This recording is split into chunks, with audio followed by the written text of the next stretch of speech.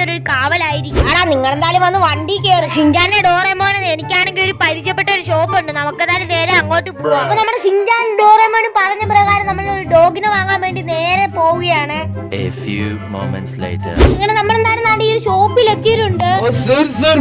വരണം. ഏത് തരം ഡോഗിനെയാണ് വേണ്ടുള്ളത്? ഓരോ ഡോഗിനും എത്ര രൂപ വീതം വരും? എല്ലാ ഡോഗിനും ഒരേ റേറ്റ് ആണ്, പക്ഷെ അതിന്റെ സ്വഭാവമൊക്കെ വ്യത്യസ്തമാണ്. അതിലൊന്നും ഒരു കുഴപ്പമില്ല. ഞാൻ എന്തായാലും നമ്മുടെ പിള്ളേരടുത്തൊന്നും ചോദിക്കട്ടെ ഏത് ഡോഗിനെ വേണോ.